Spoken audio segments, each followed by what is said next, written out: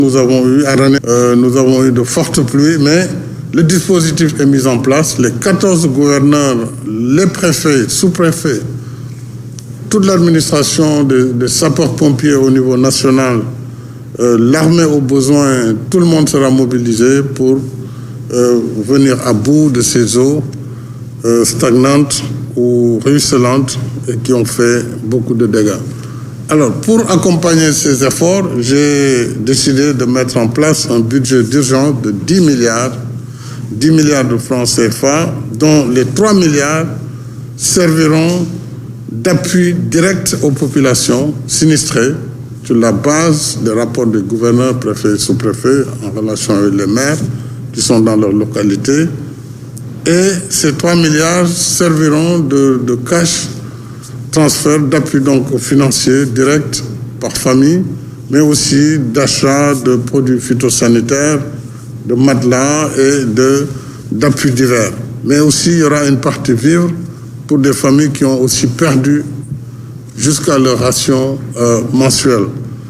Et les 7 autres milliards, justement, serviront à accompagner les services des sapeurs-pompiers, de l'ONAS et de l'achat de matériel supplémentaire pour en tout cas l'évacuation des eaux de pluie.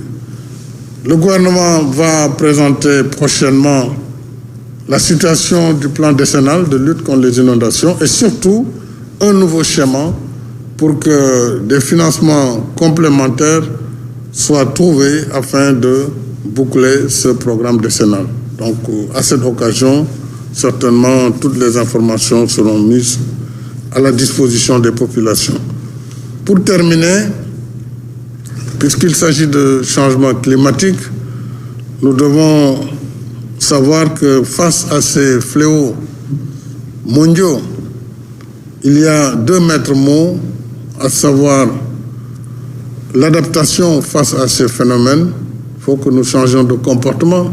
Ce changement de comportement doit commencer par l'arrêt d'installation ou de construction sur les voies d'eau. Il faut que nous respections également les tracés des cours d'eau, qu'ils soient anciens ou moins anciens. Et il nous faut aussi faire de l'atténuation, atténuer les impacts. C'est un peu les réponses que nous apportons. Et ces 2 comportements devront nous permettre vraiment de faire face à ces changements climatiques dont on ne connaît pas encore les portées. Et il y a une étude récente qui montre que jusque-là, les grandes tempêtes allaient vers